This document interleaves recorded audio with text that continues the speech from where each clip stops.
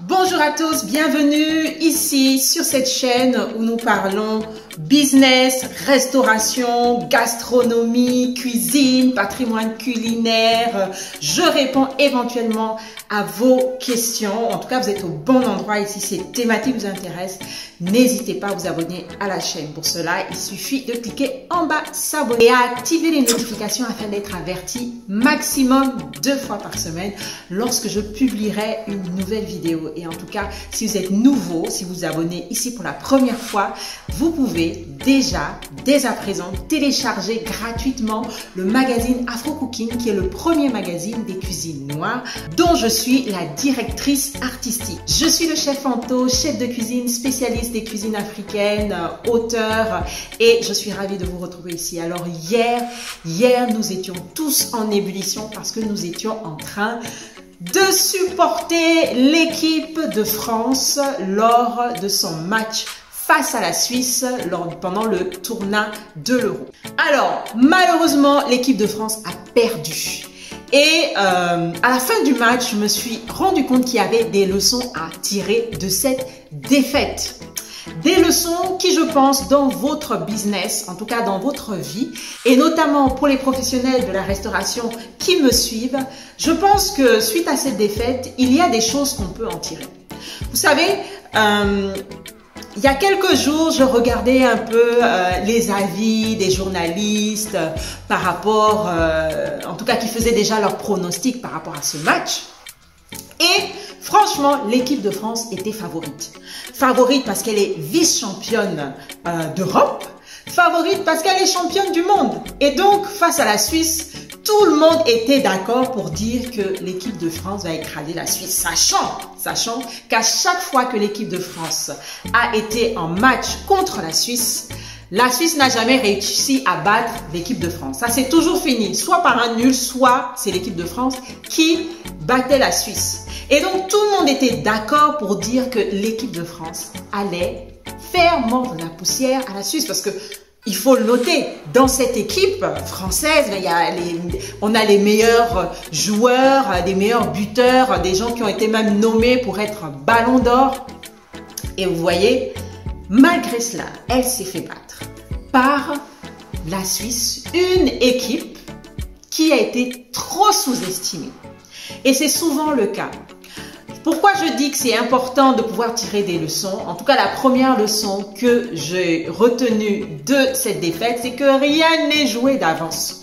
Rien n'est joué d'avance. Très souvent, dans notre domaine, dans nos vies, dans le business, on se dit, ah, c'est peine perdue. De toute façon, lui, il est plus grand que moi. Lui, il connaît mieux que moi. Lui, il est ci, il est ça. Donc, moi, le petit David, face à Goliath, je vais perdre. Eh bien, vous savez quoi? Non! La Suisse, si la Suisse avait pensé comme ça, la Suisse ne serait pas aujourd'hui en quart de finale. La Suisse, en tout cas, l'équipe nationale de Suisse ne s'est pas dit ça. Ils se sont dit, si eux ils peuvent, nous aussi on peut. Malgré le passé, malgré le fait qu'elle n'ait jamais réussi à battre l'équipe de France sur un tournoi international, la Suisse ne s'est pas dit, on part la tête baissée, on va la queue basse, on va se faire écrabouiller. Non, pas du tout. Les Suisses sont partis et ils ont été tenaces. Ils ont fatigué les enfants là, mais grave. Une autre leçon à tirer, c'est que peu importe votre passé, vous pouvez aussi avoir un avenir glorieux. Quand on voit la Suisse qui ne partait pas favori, et ben malgré ça, malgré les déboires, malgré le fait qu'elle n'ait jamais réussi à battre l'équipe de France sur un match, en tout cas lors d'une compétition internationale, et ben ils ont réussi à passer le cap et aller jusqu'au quart de finale. Peut-être que ça va s'arrêter devant. Mais en tout cas, ils ont battu les champions. Et ça, c'est un fait. Une autre leçon à retenir de ce match. La plupart des joueurs de cette équipe de Suisse sont moins connus, moins de notoriété par rapport à nos joueurs, entre les Griezmann, les Mbappé, les Pogba, les Giroud, les Benzema. On les connaît moins. Et pourtant, ils ont réussi à faire la différence. Une autre encore leçon à apprendre de cet échec. L'équipe de France menait 3-1. 3-1. Ils étaient devant. Est-ce que les Suisses se sont dit, ah, de toute façon, c'est les champions, c'est les vice-champions, ils nous battent 3-1? Bon, non. Ils se sont battus jusqu'au bout. Et quelle est la surprise? La dernière minute de temps réglementaire, ils réussissent à faire rentrer le 3e but pour faire 3-3. Et à tenir tête pendant les prolongations jusqu'à les battre pendant les tirs au but. Alors ça, franchement, moi, hier, j'avais un cours de cuisine et pendant qu'on faisait le cours, on entendait les gens, les voisins qui faisaient oh, oh, oh, oh. Quand le cours est fini, je me suis dit non, il faut que je suive ce match-là parce que là, de toute façon, j'entends les gens crier, tout le monde doit avoir les palpitations. Et même là, j'étais dans la voiture et tout en train de regarder le match à l'arrière et je me disais mais c'est pas possible. Une petite équipe qui a réussi à tenir tête et à faire mordre la poussière à la grande équipe de France. Donc, nous sommes tristes parce que la France a perdu et on avait de grands espoirs. Mais je suis admirative, en tout cas, de cette équipe suisse qui ne s'est pas laissée abattre et qui a tenu tête. Donc, c'est pour vous dire, quel que soit votre background, quelle que soit l'école d'où vous sortez, parce que j'entends beaucoup de gens dire, oui, si je veux réussir dans la cuisine, dans la restauration, il faut que j'aille forcément dans telle école. Non, c'est pas vrai. Je peux vous citer de nombreux chefs aujourd'hui qui ont des étoiles, qui sont connus et reconnus et qui ne sont pas des grandes écoles dont on entend le plus parler. Souvent, c'est une petite école de province et tout ça. Et donc, arrêtez de vous dire, il faut forcément que je fasse une grande école pour qu'on me connaisse, pour que je... Ça ne veut rien dire.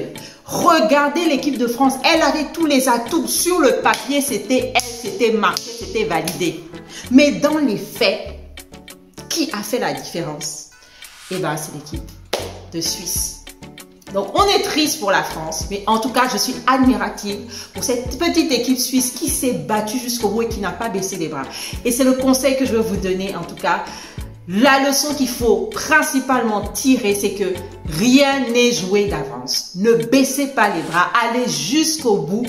Vous pouvez avoir des surprises comme cette équipe suisse qui, franchement, on dit les tirs au bout c'est la loterie. Et ben la loterie, en tout cas, a joué en leur faveur. Dites-moi ce que vous avez pensé de ce match. Est-ce que vous avez regardé le match? Qu'est-ce que vous pensez, en tout cas, des résultats de cet Euro où on voit des grandes équipes favorites qui sont déjà éliminées et des petites équipes qu'on ne connaissait pas comme la Tchécoslovaquie qui atteignent déjà les quarts de finale. Dites-moi en commentaire, je me ferai un plaisir de vous lire. C'était le chef Anto pour vous servir. Je vous dis à très bientôt. Au revoir.